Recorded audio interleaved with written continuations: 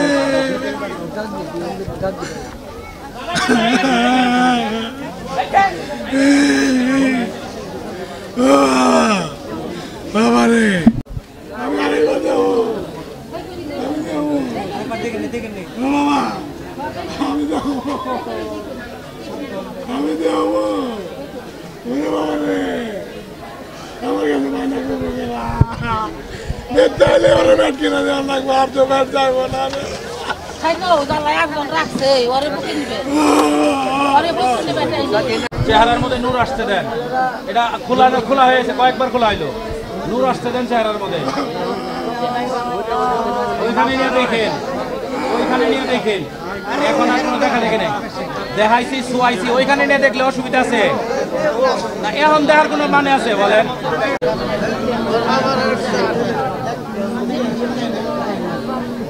ভাই মাথা বসে থাকুন তো।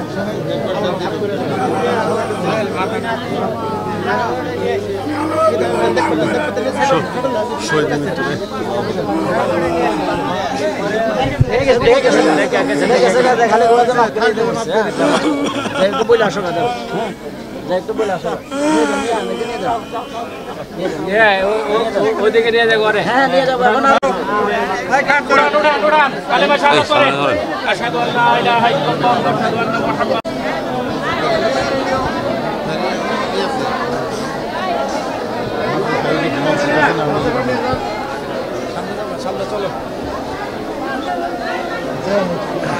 সাকিব এদিকে আও। এই সাকিব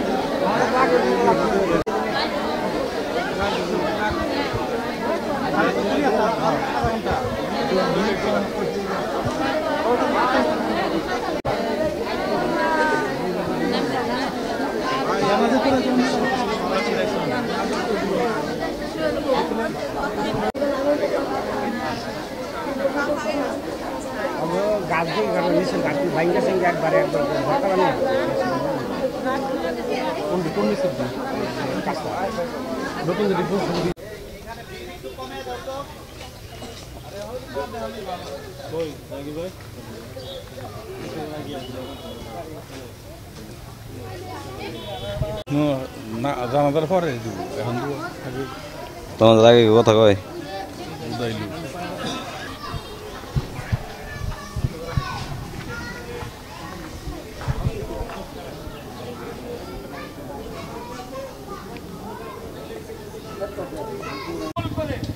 আমাদের সকলকে যেন মাফ করে দেন, সকলে বলে আল্লাহুম্মা আমিন। আজকে তার জানাজায় অনেক জামাত ইসলামের আমাদের মির্জাপুর উপজেলার যিনি এমপি প্রার্থী হযরত মাওলানা এম শফিকুল ইসলাম উনি উপস্থিত হয়েছেন। আরো যারা উপস্থিত হয়েছেন, আমাদের গণ অধিকারের পরিষদের বিভাগীয় সাংগঠনিক সম্পাদক, এই এলাকার সন্তান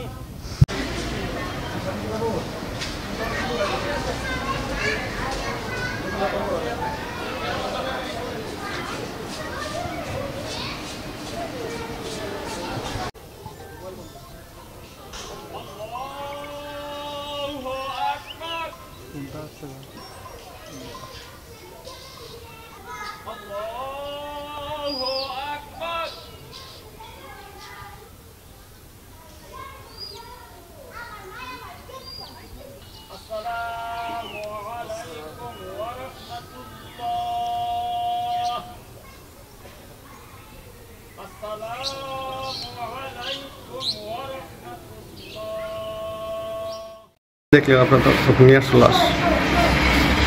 লাশ নিয়ে আসছে, এখানে আনার পরে তো খুলে নেয়, ওই ফ্রিজের ভিতরে রাখছিল।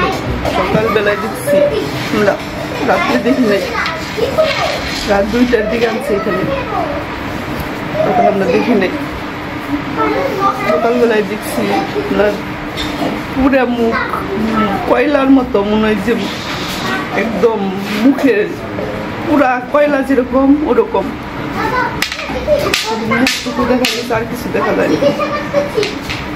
মুখটুকু দেখাইছে একদম কয়লা যেরকম ওরকম, মাথার কোনো চুল নেই, মুখটুকু পুরা কয়লা ওরকম। খালি ওইখানে বেশিক্ষণ দাঁড়ায় নেয়, 1 মিনিট খালি 1 সেকেন্ডের মতো খালি দাঁড়াইয়া দেখে ওইখানে তো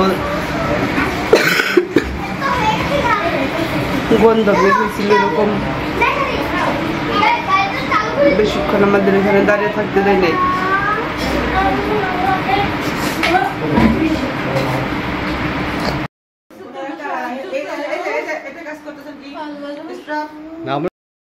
প্লেন ক্র্যাশ হয়েছে, আমি সাথে সাথে ভিডিও দেখি আমি খিলক্ষেতে ছিলাম।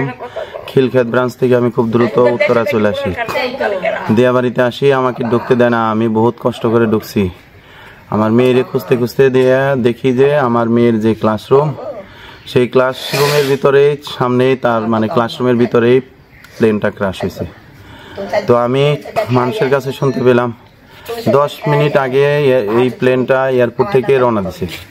এয়ারপোর্ট থেকে রওনা দিয়ে কয়েকবার মানে পড়েও যাচ্ছিল নাকি, তারপরে প্লেনটা বিল্ডিংয়ে নাকি একটা ধাক্কা খায়, তারপরে এটা সরাসরি ক্লাসরুমের ভিতর ঢুকে গেছে। এখানে অনেক ছাত্রছাত্রী আহত, অনেক শিক্ষার্থী আহত, আমার মেয়েটা মারা গেছে। আর আমার প্রশ্ন একটাই, ঢাকা শহর একটা ঘনবসতিপূর্ণ জায়গা, এইখানে কেন ফাইটার প্লেন চালাতে হবে? এটা কি ফাইটার প্লেন চালানোর জায়গা? সরকারের এইরকম কেন অদূরদর্শী সিদ্ধান্ত হবে?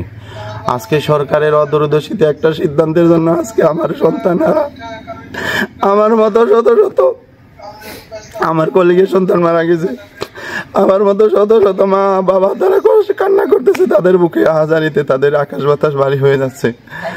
অনেকের লাশও পায় না, অনেকের এমন অবস্থা আমি দেখছি যে একেবারে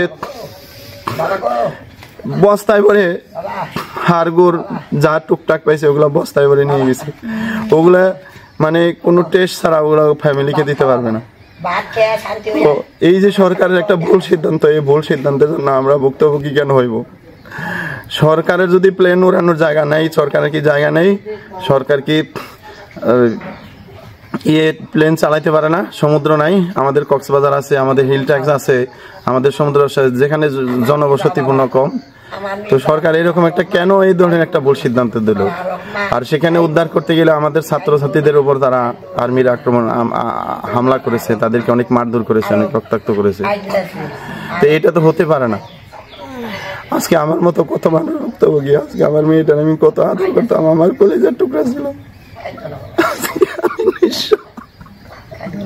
আমার একটা মাত্রই সন্তান, আমার জীবনের সাথে আমি ভালোবাসতাম, আল্লাহ আমার নিয়ে গেছে। আমার বলার মতো ভাষা নেই, আমি ভাষা হারিয়ে ফেলছি, আমি বাকরুদ্ধ। আমি এটা কখনোই আশা করি না সরকারের। আমি মনে করি সরকার যাতে ভবিষ্যতে এই ধরনের কোনো হঠকারী ভুল সিদ্ধান্ত না দেয়। এত বড় একটা বাহিনী কিভাবে এত বড় একটা ন্যাক্কারজনক ভুল সিদ্ধান্ত দিল? এই ভুল সিদ্ধান্তের জন্য আজকে কত পরিবার নিঃস্ব।